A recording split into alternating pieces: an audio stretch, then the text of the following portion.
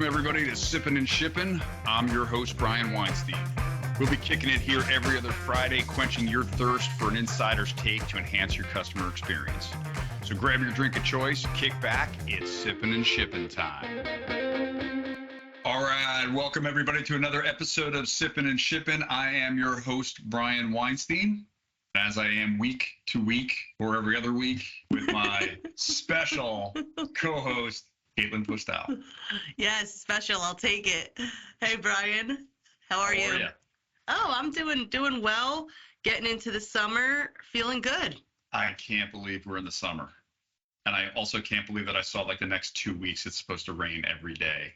No, bummer. No worries. Just more reason for folks to tune in every other Friday. If it's raining, might as well sit down, sip, ship, listen to some great content. Exactly right. So we are going to recap. And so this is a kind of a special episode, right? This is episode number 42. And 42, I was telling Caitlin earlier, this is a number that's special to me, right? This is a number, I'm a huge baseball fan, and this was Jackie Robinson's number. And nothing could represent disruption more than what Jackie Robinson brought to baseball and really to the progress of our country overall. So this is kind of a cool episode to do that. I can always count on you for a good baseball reference. But yes, the 42, Jackie Robinson, disruption, which has been a huge buzzword in our industry. I feel like not even just this year, but since e-commerce really exploded, disruption, right? 100%. And, it's a lot of fun watching what's going on. And, I think part of the reason that you and I set out to create this podcast to begin with, right, was because we wanted to get the voices of these subject matter experts who are really revolutionary in e-commerce, right? They're really changing the game, what it was. I mean, look, it existed 15, 20 years ago, but not like it is today. And like it is today is worlds different than it was 2 months ago. Yeah, I think same is a thing of the past. Younger generations are craving, wanting, desiring new things, effective ways, and not to mention there's a lid for every pot out there, right? So I feel like now with the TikTok phenomenon, like just people coming out of the woodwork, you never thought that you'd have similar interests, but more importantly, similar thinkers and folks that are thinking outside of what is typically just status quo, which is really exciting. Okay, but I remember back to early on in season 1, we had Habib Sallow from Young Nails on. And what resonated with me, and this is really around the conversation of disruption and just changing the game, was that they were never afraid to try something in their marketing efforts and whatever it was that was going to resonate with their audience. He's like, let's just throw it at the wall and see what sticks. And I like that. Yeah, I think it also speaks to something that we heard at our most recent leadership summit where one of our customers was on a panel and just looking to us to be an industry leader and a thought leader and said, don't wait for it to be perfect. Let's go show it to us when it's good. It doesn't have to be great, but, it doesn't have to be perfect. Because if you wait for perfection, it'll never get done, right? You can't just, at some point, it's like starting a podcast, right? You can't practice to be a podcaster. You just got to show up and get to it. Exactly. And right now it's become such a volatile world. And I don't even mean that in a way that's a threatening volatility. It's just the way things are changing so quickly, so dramatically. Obviously COVID was a huge change. Then all of a sudden you have economic headwinds that weren't there. You've got companies that are strapped with inventory and looking to liquidate, and then trying to figure out what's next. And then brick and mortar was on the brink of death, and then all of a sudden came roaring back. And now you've got all these e-commerce companies who were like, there's no way I'm going to sell my product in brick and mortar. And now they're selling their product in brick and mortar. And there's just so much changes going on that, to your point, put it out there when it's good. Don't wait for it to be perfect, because if you do, you're going to miss opportunities. And there's always going to be disruptions, but talk about disruptions. You just listed all of them, Brian. So that's it. Is it over? Is the episode over? All right, let's not get carried away now. When I think of disruption, I think about one of our first season 2 guests, Jess Owens and Zach Whitaker from Greenlist, returns, the space of returns is something that we visit often on the pod, but they put a new spin on it as far as peer-to-peer returns, which typically some folks will think of it as consignment, but they just came with something fresh. Most of the time, these inventions come from a story, something that happened. She was shopping online. She wanted that size jacket. They didn't have it. And she knew in her heart of hearts, somewhere in the nation, someone had that size medium jacket, size small jacket, whatever the case is. And the second that they sent it back, where does that product go? Why couldn't she have the opportunity to have it sent directly from the end user to her, which is an interesting, disruptive concept? We're having an impact, right? There's an impact going on with the way that we're consuming product now, right? And it does have environmental impacts. And this initiative amongst a lot of brands to find some way to be carbon neutral, to really be more sustainable. And look, we don't know what's going to work and what's not going to work. We have to be out there trying to disrupt and look for ways. And I thought, with Jess's product, and we should probably check back in with her, see how things are going.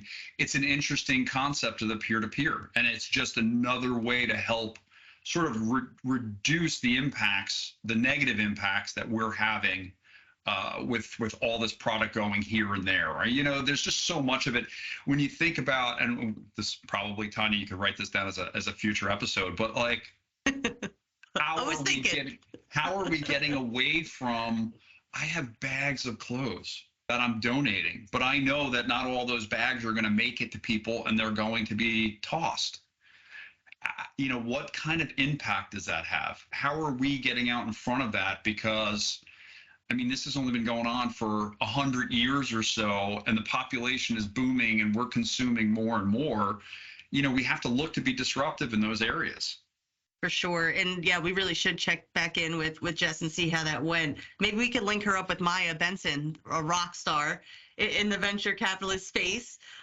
She was a great episode. Love to hear her insight. I think we recorded with her the day that the Silicon Valley Bank just went under, which she didn't seem distracted, but she brought some of that energy. Yeah. I think it was fortunately, I think we skated and made it across some thin ice there with the bank collapse, and hopefully that's the end of it. I know there was a couple of others, but hopefully they're out in front of that and we don't have any issues. And it was a very stressful time for a lot of smaller companies that had their money there.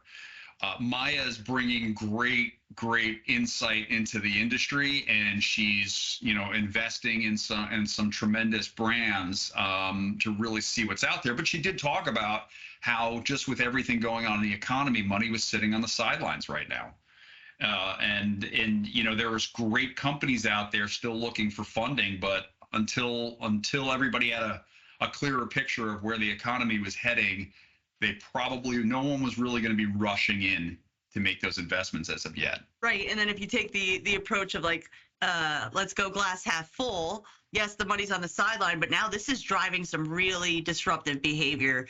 Only the best of the best are floating to the top and getting that funding and being able to get invested. So just bringing a higher quality, I think, is how she expressed it, of founders and entrepreneurs, because those barriers are so high.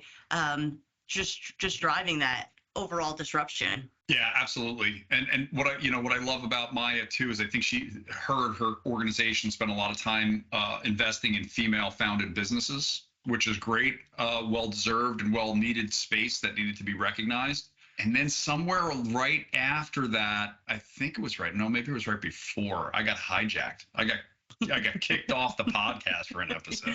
You did. That's right. And when you said it, I felt like, oh my goodness, hijacked. It sounds so bad, but come on. It was great. Women's History Month.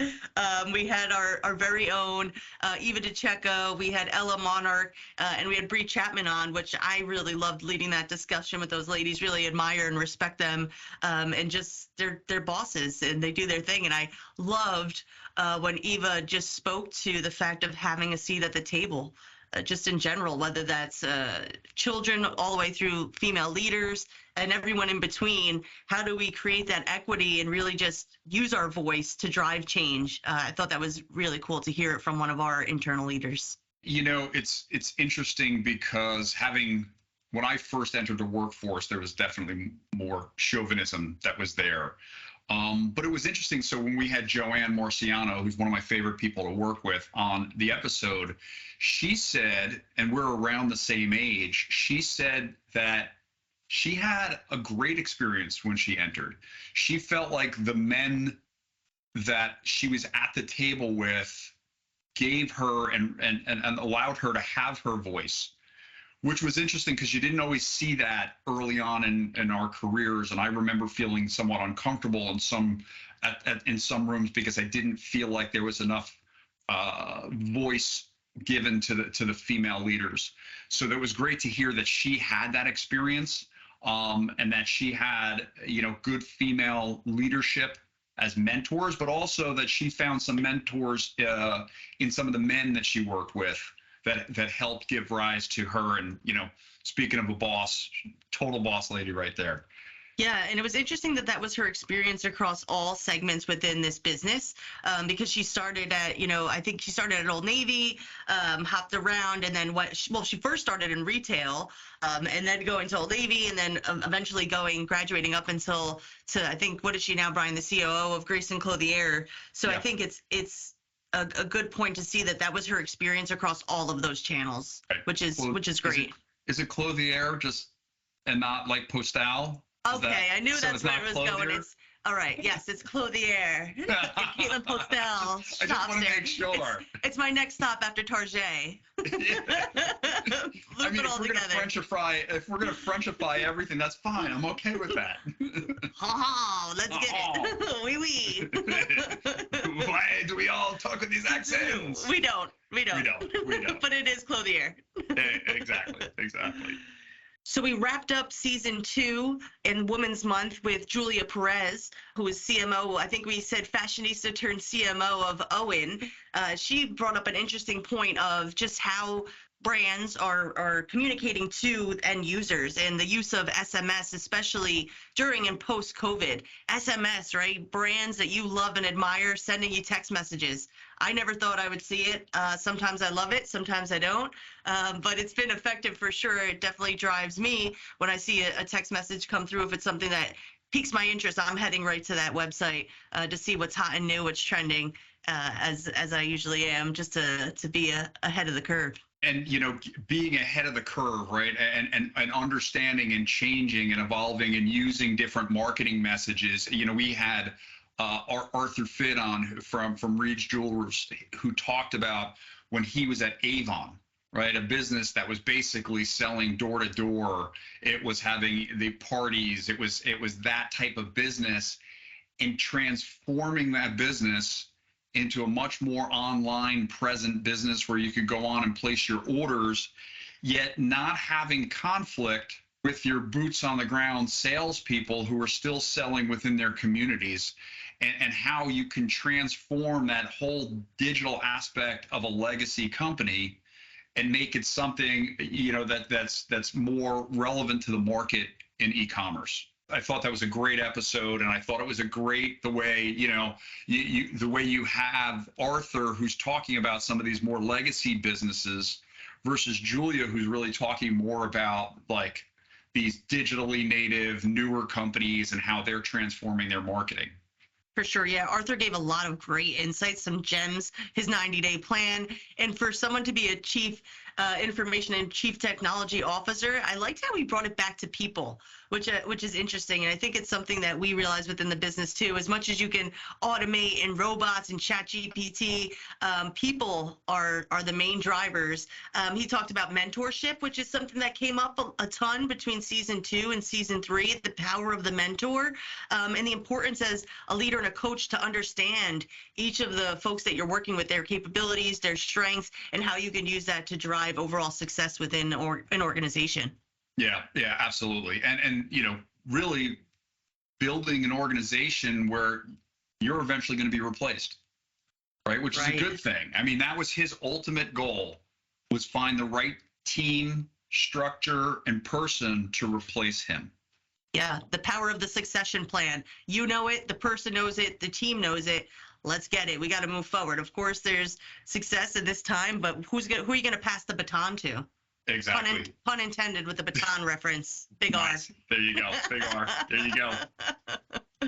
R world. Look it up. Speaking of the big R, I picture a big, like your alma mater, the big R, the Rutgers, right? Going from, and then I also picture like a varsity jacket, right? When you get that big letter, moving from JV to varsity, something that we've talked about a ton. I think even from back in season 1, we had Chelsea Jones from Chelsea and Rachel Co. And her kind of tips and tricks of being able to elevate and bringing the business to the next level, whether that's a facelift from the site, optimizing your tech stack, using post-purchase SMS, whatever the case is, going from what we call like emerging into enterprise, JV to varsity. Let's go. Right. Well, I mean, so their organization focuses on the center of the e-com ecosystem, which is Shopify. Right. Or seemingly Shopify, and steering brands, but also, making sure that those brands understand that sometimes, less is more, and that's better in to really navigate their company. Yeah, keeping things simple, less is more, using technology to meet customers where they are, communicate to them how they want to be communicated to, and most importantly, just adaptability. How can you stay nimble as you grow? I think some folks fear that they lose some of that nimbleness for going from startup as the business scales, but being able to leverage some of those tips and tricks, I think, was a key takeaway in that episode.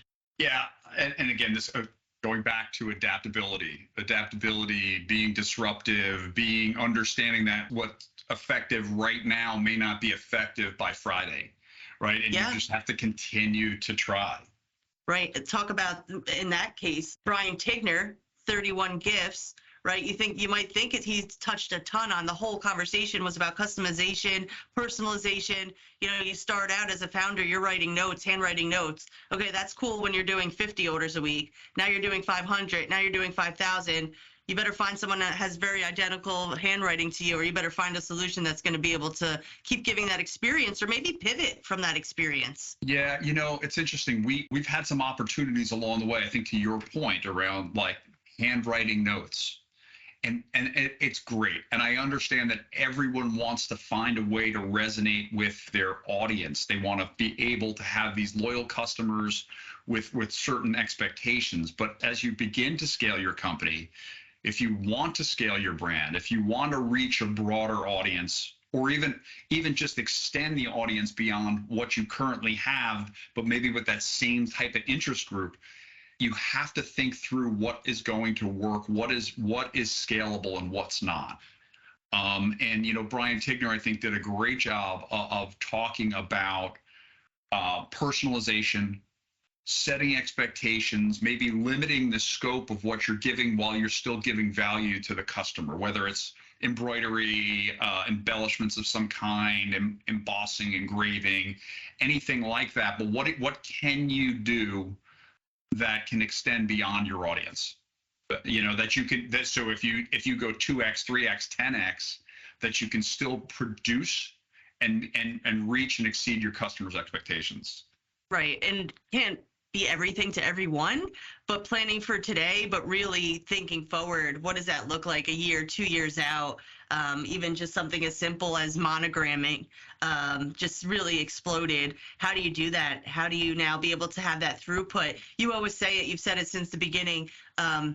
It's math. The numbers are the numbers. Whether you have 5,000 orders or 50 orders, the amount that can go through that process is the same. So how do you make sure that you can really maximize that, or think outside of the box, or maybe be a little disruptive, is saying, how can I partner with a true expert to be able to execute and have your vision come to life, which is always cool to see. Yeah, exactly. I mean, look, we all have our areas of expertise, and relying on the experts is what's going to help you continue to scale in your growth trajectory.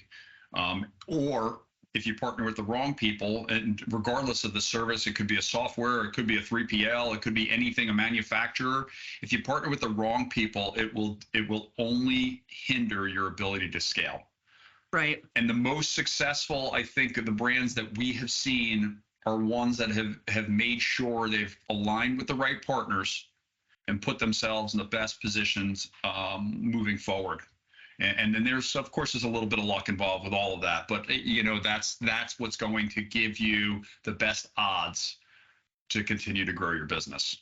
Yeah, speaking of appropriately partnering and leveling up, and we had Terry and Rob, our very own automation team, on talking about the use of automation and doing it strategically and not just jumping on the bandwagon, right? A lot of ROI discussion, a lot of pairing together people with technology, not just, you get a robot, you get a robot. We all love ChatGPT, but how are you using it effectively, and what's the power of people that are driving technology? I really like that conversation of kind of ABC 1, 2, 3s of automation. Yeah, exactly. And look, automation is not for everybody, might not be for you right now.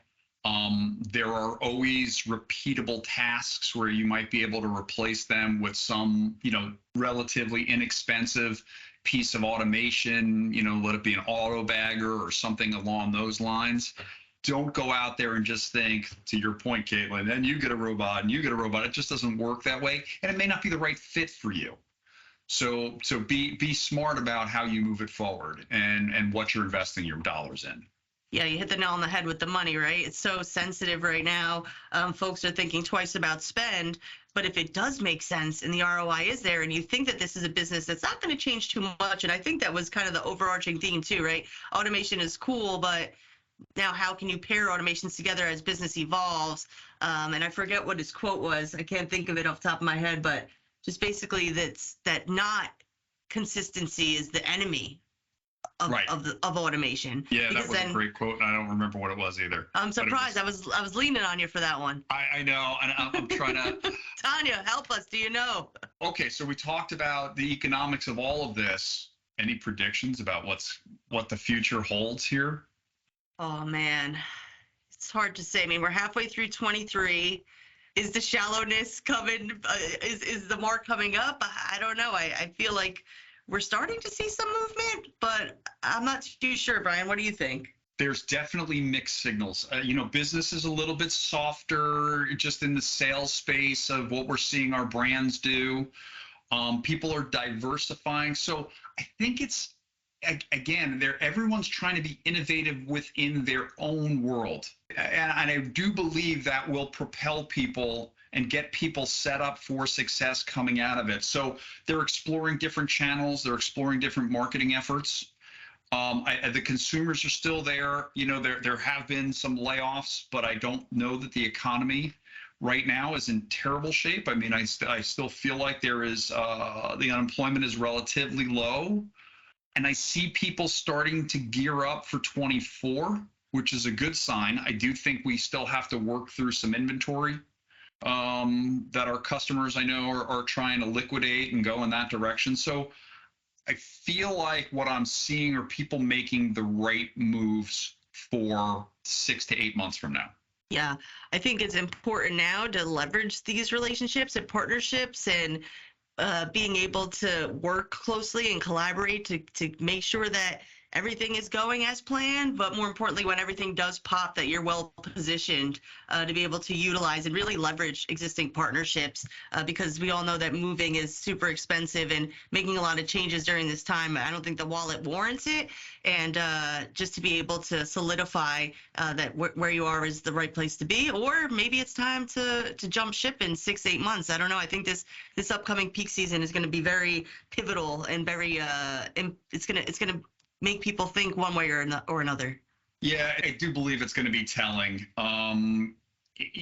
Where people are spending the money, because they still believe there's money out there, and you can only scream recession so many times before people say maybe I should stop spending as much. But will they turn towards travel and leisure? Will they turn towards buying product?